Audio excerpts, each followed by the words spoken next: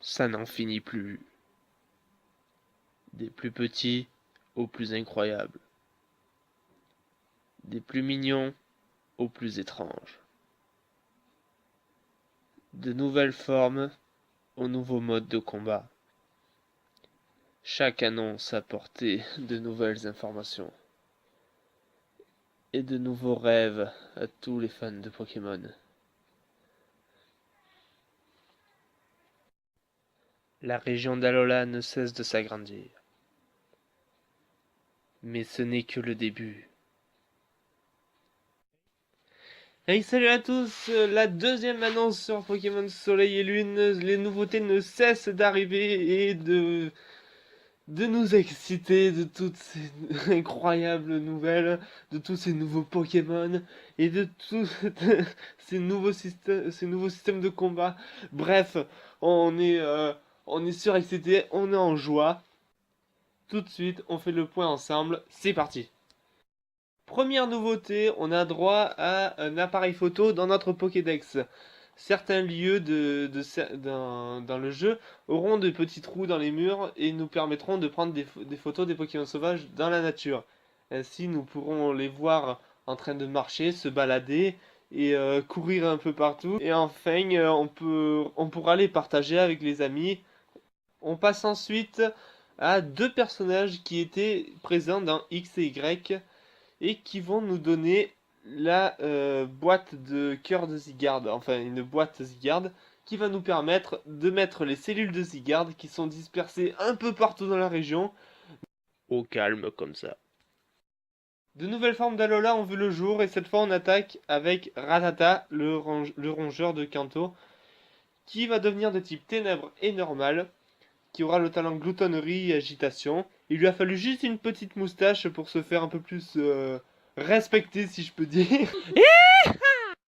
Puis vient le tour de son évolution, Ratatak qui... Oh putain, il a changé. Je ne sais pas ce qui est arrivé à sa joue, mais en tout cas, il a le même type que sa pré-évolution, ténèbres et normal, avec les mêmes capacités. Et lui, on peut dire qu'il a grossi, hein, il a profité de la nourriture d'Hawaï et tout ça. On nous annonce aussi que Pokémon Soleil et Lune auront 12 heures de différence entre les deux jeux. Ça veut dire qu'il fera nuit dans Pokémon Soleil, par exemple, et ben il fera jour dans Pokémon Lune, et inversement. Et certains événements s'y dérouleront différemment, comme par exemple les Pokémon dominants. Là, il y aura Argus dans Soleil et Ratatak dans Lune. Les Pokémon légendaires, forcément, Solgaleo et Lunala. Mais pourquoi pas aussi des Pokémon qui apparaîtront selon le temps qu'il fera. Par exemple, le matin, on pourrait avoir Granivol ou Coxy, comme dans Pokémon Or et Argent, et la nuit, Phantominus, Corvos et Malos. Ça nous fait rappeler un peu les anciennes générations. Une autre zone a été dévoilée, c'est la zone d'amusement, où apparemment plusieurs joueurs, enfin en mode multijoueur quoi, que tout le monde peut venir dans ce festival justement, et faire différentes activités, des achats, des courses, Il est possible aussi de faire des combats, des échanges entre joueurs, possible de participer à des achats de produits plutôt rares de différentes régions, de Johto, Kanto, Hoenn, Kalos, voilà tout ça, qui vous permettront peut-être d'accéder à de nouvelles techniques pour l'aventure. On attaque les nouveaux Pokémon de la région. On a Bebekai de type dragon, qui est plutôt joli à mon goût, hein, qui possède pare-balles et anti-bruit. Et moi, avec ce Pokémon, je m'attends à une évolution du genre Tranchodon, vous voyez, bien badass là. Voici quelques exemples de Pokémon qui seront exclusifs à chaque version. On a Quatermac, un singe qui possède une balle.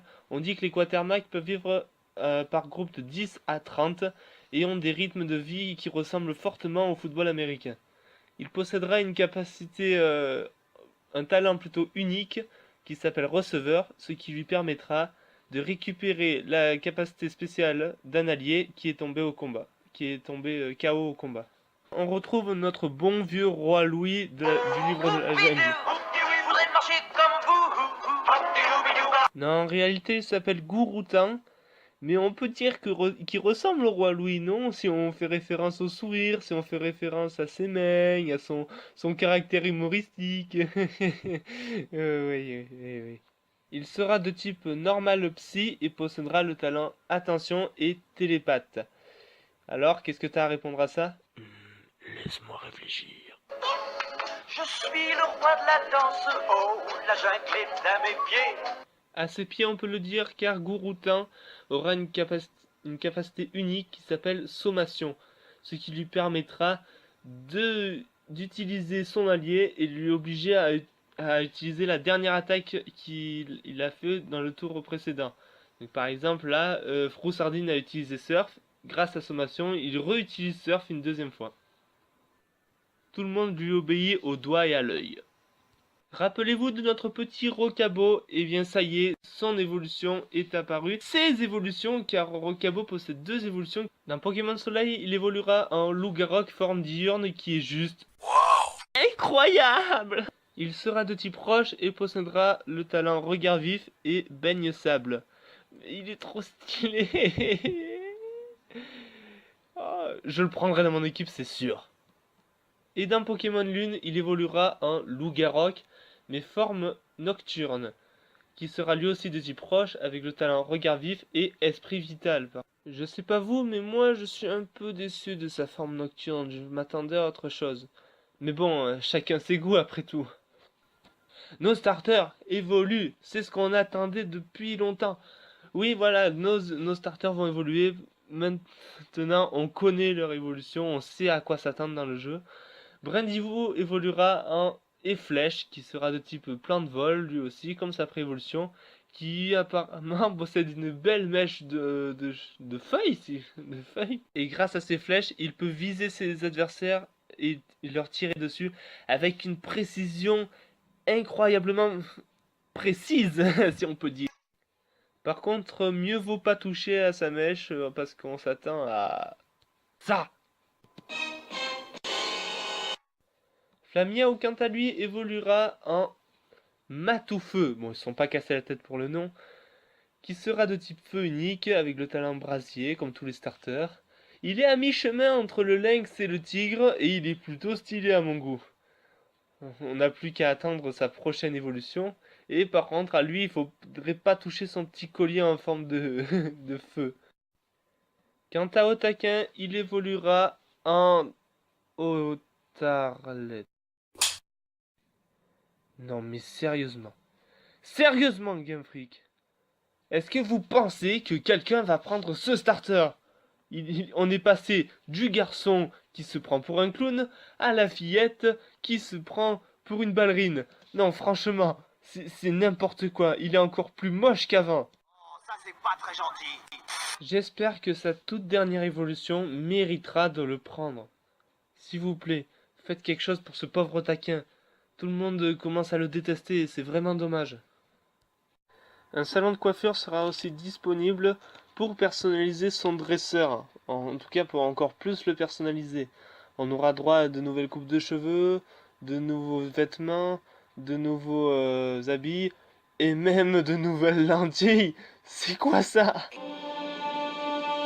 Ainsi, on pourra avoir notre propre dresseur et éviter que tout le monde soit pareil dans tous les jeux. Souvenez-vous de la Poké Récré, et bien cette fois on a droit à la Poké Détente.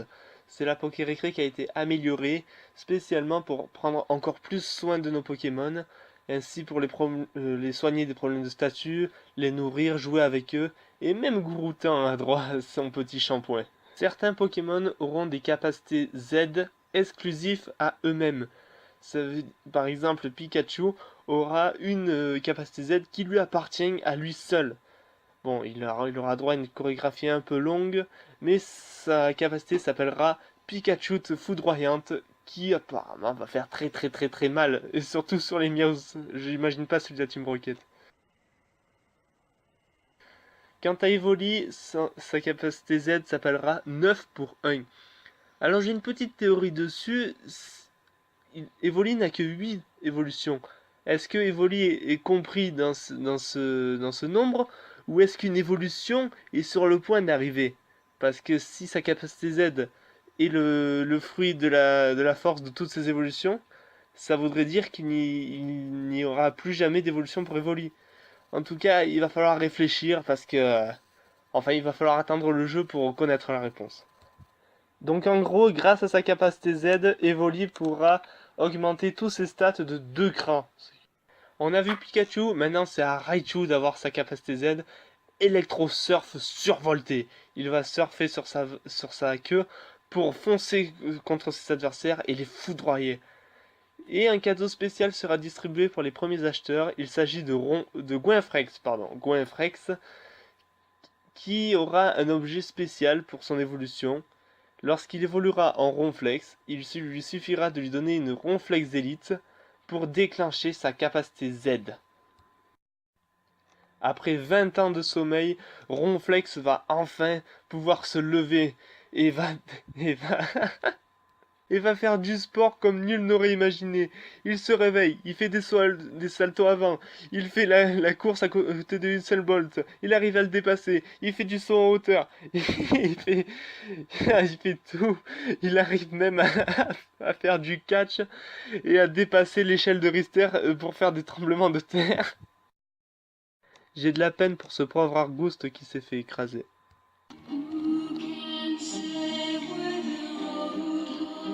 Les méga évolutions seront aussi disponibles dans Pokémon Soleil et Lune. On pensait que la capacité Z aurait supprimé la méga évolution, et ben non, ils sont toujours disponibles et ils seront compris dans le bracelet Z de nos personnages. Et selon moi, si la méga évolution est revenue et qu'ils l'ont annoncé maintenant, ça voudrait dire peut-être que certaines méga évolutions sont à venir. Après, surprise, surprise. Vous pensiez que vos Pokémon ne font rien dans le PC? Eh bien non. Ils ont droit à la Poké Loisir. C'est une sorte d'activité que propose un certain monsieur Mon. Il leur permettra de pouvoir s'amuser entre eux. Certains Pokémon sauvages pourront même les rejoindre. Ils pourront parcourir certains lieux pour trouver des objets un peu rares, comme des pierres d'évolution. Ils pourront également faire du jardin en ramassant des baies, et pourront s'entraîner entre eux, c'est-à-dire pour augmenter leurs stats, leur attaque, vitesse, etc. Tout ça. Bref, ils font leur vie pendant que vous baladez dans l'aventure. Une nouvelle équipe est apparue, elle s'appelle la Fondation Ether. Elle est décrite comme la SPA des Pokémon. La Fondation Ether a créé une île entièrement artificielle spécialement pour étudier les Pokémon et préserver la faune et la flore d'Alola. La présidente d'Ether s'appelle Elsa Mina. C'est elle qui a fondé la fondation. On dit qu'elle a un rôle clé dans l'aventure. Et par contre, il faut retenir cette phrase qui me paraît un peu bizarre. Et même les Pokémon venus d'autres mondes ont droit à mon amour. Retenez ça parce qu'après, vous allez comprendre. Sobon est le directeur d'Ether, c'est le scientifique en gros de la fondation Ether. C'est celui qui a imaginé les plans, celui qui fait les recherches justement sur la sauvegarde des Pokémon d'Alola. Vicky est la sous-directrice d'Ether, rien d'intéressant à part qu'elle elle est là pour justement sous-diriger. Et pour que cette entreprise fonctionne, il ne manquait plus que des employés. Et les voici, les employés de la fondation Ether. Et apparemment, on les voit justement se combattre, enfin, dialoguer contre la Team Skull qui tente de voler un Ramolos, référence à version or et argent. Un nouveau personnage de la Team Skull est apparu, c'est l'homme de main de la Team Skull, Gladio. Il a l'air plutôt colérique et il a un semblant de familiarité avec Elsa Mina. Mais bon, après ça... Et il possède un Pokémon assez étrange qui s'appelle Type 0. C'est un Pokémon qui a été créé par l'homme spécialement pour rivaliser contre les légendaires. Il dit aussi que c'est le fruit de la fusion de plusieurs Pokémon, ça veut dire que plusieurs Pokémon ont été incrustés dans un seul. Ça paraît un peu bizarre. La nouvelle la plus étrange de Pokémon Soleil et Lune. Des créatures ni humaines ni Pokémon vont arriver dans la région d'Alola pour... On ne sait pas trop quoi justement. Est-ce qu'ils représentent une menace ou est-ce qu'ils vont nous permettre de débloquer quelque chose? En tout cas, plusieurs de ces mystérieuses créatures appelées Ultra Chimères portent des noms. On a UC01, une sorte de méduse. Puis, dans chaque version Soleil et Lune, on a UC02, expansion. Alors on ne sait pas trop à quoi il fait référence, ne serait-ce qu'il ressemble un peu à...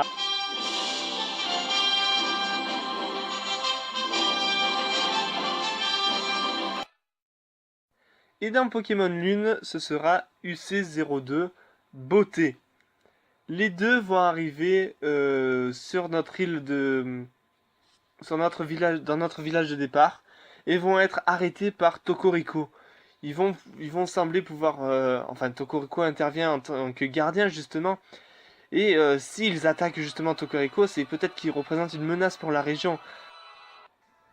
Une démo spéciale sera disponible le 18 octobre, ce qui nous permettra de un peu jouer au jeu avant que le jeu officiel ne sorte. Et un Pokémon spécial apparaîtra justement dans cette démo. Il s'agit de Amphinobi, mais pas n'importe quel Amphinobi, l'Amphinobi de Sacha, qui pourra se transformer avec sa synergie pour devenir Sachanobi. Mais vraiment le Sachanobi qu'on a vu dans les épisodes, voilà, ils entrent en fusion avec Sacha et qui représente tous les gestes. Bref, voilà, c'est notre l'Amphinobi le plus puissant du monde. Et on pourra l'importer dans la version complète du jeu. Et voilà les gens, c'est la fin de cette vidéo. On a eu encore plus de nouvelles que dans le précédent point de vue. Si la vidéo vous a plu, n'hésitez pas à bombarder les pouces bleus comme d'habitude. Et si une théorie par rapport aux Ultra Chimères et à la Fondation Ether vous intéresse, je vous mets le lien dans la description d'une vidéo de Pokémon Trash qui a fait une vidéo justement sur ces deux sujets, qui est franchement intéressante. Faut bien y réfléchir et ça mérite de la revoir une seconde fois. En tout cas, je vous dis à bientôt, on se retrouve pour de prochaines vidéos. J'ai vraiment hâte que ce jeu sorte. Et bye tout le monde!